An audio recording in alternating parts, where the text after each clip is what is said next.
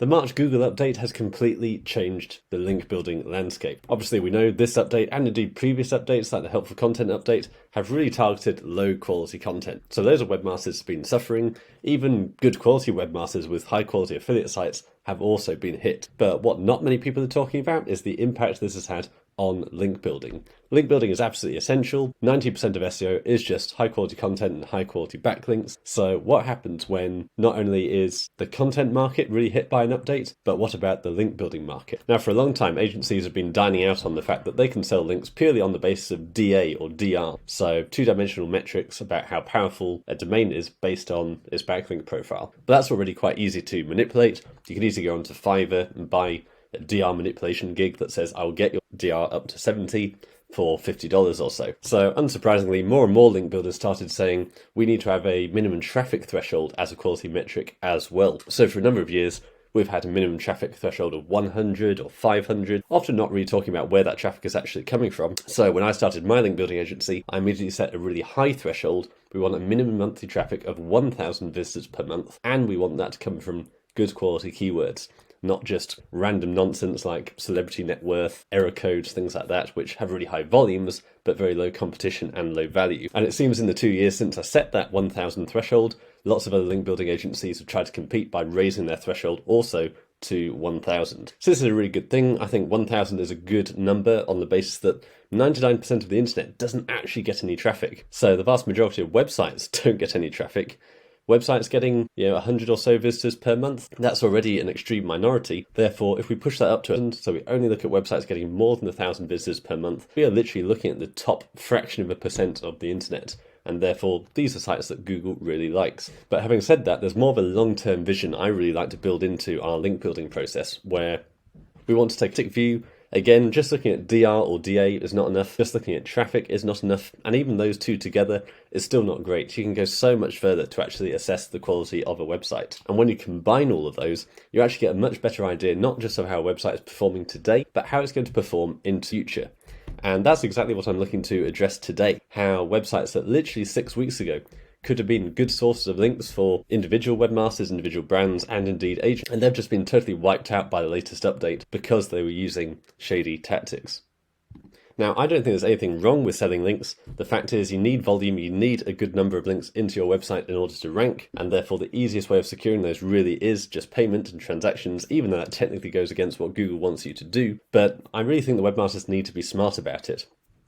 And of course, you need to make sure that what you're paying for is still worthwhile. It's been a really good business model for years to basically buy a domain or build up your own fresh domain and then purely use it for selling links. And that's where you're starting to get into a grey area. Now, one of those screening metrics we look at is actually the traffic trend over time. So not only the absolute number of how much traffic it gets, but relatively speaking, how much is that traffic compared to previous traffic? Because what you'll often find is one of these expired domains, they'll do really well for a short period of time. So you might reach out to them because they're linking to one of your competitors and they'll say, give us $200, $300, $400 because we're getting 50,000 visitors per month. We have lots of high value traffic. Well, what you frequently find is within a very short amount of time, that traffic comes down drastically. So that's really why it pays to have a lengthy screening process as we follow in-house to try and get a holistic view of a site. Is this traffic that we're seeing now, is that likely to carry on, or is it likely to see a drop like this? So one example I'm always giving is Web News 21. I'm always going to town on this site because it's a perfect example of a site that looks reasonably legitimate on the front end. But as soon as you start checking where the traffic's coming from, where the backlinks are coming from, it all starts to fall apart. So if we ignore the current traffic, there was a point where it was getting about 100,000 visitors per month and had a DR of 48. But as soon as you look into the backlinks, we see lots of shady stuff. I'll get the example we actually use in my screening process. So here we've got all these redirects created Google domains for sources of DR manipulation. And also, if we look at the keywords it's ranking for, we've got all this random high volume stuff like Meru, the Succubus, D&D, Game of Thrones, 177013. So this was the screening checklist I put together initially about 2 years ago.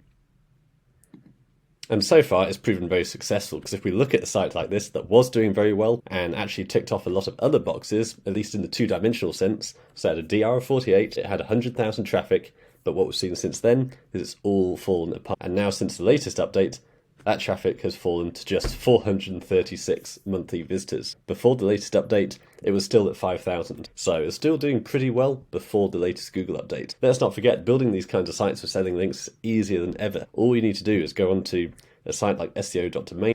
I keep sorting by the days added to try and get the latest, freshest domains that have come out.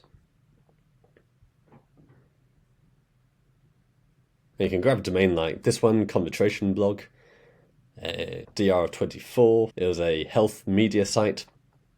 So $1,500, not cheap, but don't forget, it's DR24. You can quickly get that up to 30, pump it full of AI content, you'll get the traffic up nice and quickly, and then you can start selling links on it. So you really don't need to sell that many links to get your initial $2,000 investment back. Another one, News Anyway. I've seen this one used by a lot of big agencies for corporate clients. And we can see it had a really good heyday. DR was getting, only last year, 3,000 visitors per month, but now since the latest update, it's down to just 191. Now, when I keep seeing these suspicious sites that come up in every inventory, every time you get emailed by one of these link builders saying, I will build high quality guest posts for you, high quality links for you, here's my inventory, here's my pricing, see my video on my channel on why you shouldn't buy from those lists, because they are very public. They are spamming these across the internet, even to Google itself, who will then use those inventories in algorithm decisions. By the way, when we get these popular sites that are triggering loads of red flags but do seem to be popping up all over the place, I like to take a record of them just to keep an eye on them. So here's just a segment from that list. So this is probably from about 2 years ago now. So we had 4 websites with DRs of 47, 64, 58 and 52, getting 500,000 traffic, 6,700 traffic, 2,300 traffic, and 21,000 traffic. But now, 2 years later, we can see traffic was 0, 1, 0, and 163. Now, at the time, the price we were quoted for those sites was $200, $100, $100, and $175. Now, you might be thinking, if they're still indexed, then it's all fine. Well, if we look at best product lists and do a site search, then they're actually still indexed. They've not been completely de-indexed from Google, but we can see 0 keywords, 0 traffic. So basically a soft penalty. So I think it's important with all SEO, but especially link building, stop looking in snapshots and try and get a sense of the longer term trend. So these sites triggered red flags for me a while ago. I put them aside in an archive to monitor, and exactly as we expected, these really good traffic numbers very quickly came down to basically 0. So this is why you need to be so careful when building links, because you're very much in this catch-22 situation where you really do need to build links, you need volume. Whatever niche you're in, you can just go onto Ahrefs, see the domain ratings, the DRs of your top competitors, and for a lot of niches, they'll be really tough. And you know the only way you can get there is by getting your DR to that same level in a safe and effective manner. Don't just go onto Fiverr and spend $50 on an I will get your DR up to 70 blast. They'll have got there through toil and hard work and investing in high quality link building, and that's your path to get there as well. But as part of that, you need to make sure the sites that you're building links on are actually decent. So like I say, I don't really have hard boundaries in terms of rejections, but what we do is we count red flags, and basically the more red flags you get, obviously that demotes the value of that link to us. So this link screening goes on and on. So I talked about traffic trends. You need to check the homepage and see, are they linking out to loads of casinos and essay writing services? Because some of these will be quite cleverly disguised as either sponsors or buried down in the footer. Are they desperate to actually sell you guest post and advertising services? Some people say you shouldn't build links on sites with Write For Us pages. I don't think that's true, because major news publications like the New York Times, places like that, will still have sort of contributor pages. So I don't think that's a problem. But if they have 4 pages that all say Write For Us, guest post, sponsored post, then that's a red flag. You want to check the relevance of the traffic sources, the quality of the backlinks, and also outbound links. Are they linking out to everyone? Because if so, that might be a problem. So generally around 50,000 outbound links seems to be a good measure. Most websites by default will have a good couple of hundred outbound links anyway, because they'll have their own social medias, they'll be linking out to references and sources. So it's very common for most sites to have tens of thousands of outbound links, but don't get into the 50 plus and the 100,000 plus. So this is why you really want to go deep on a domain and basically form this holistic view of the website. Yes, we know we can get a link on there, but how likely is it that that link is actually going to bring us benefits, and are we going to get maximum ROI from that link? Now, you might be thinking that's an absolute faff, and that's because it is. When I first started a link building agency, I thought the bar has been set very low across link building agencies, but very quickly I found with the amount of back and forth with these webmasters, you can quickly see how costs add up. So first of all, you've got to scrape competitors and perform all this outreach en masse to basically every site that's linking to your competitors. And what you'll quickly find is only a certain number will get back to you. And of those that get back to you, even then, you've actually got to bin about 80-90% of those because they fail on so many quality metrics. There is a survivorship bias here where you may think if this low quality website is linking to your competitor, then it's fine for you to get a link from them.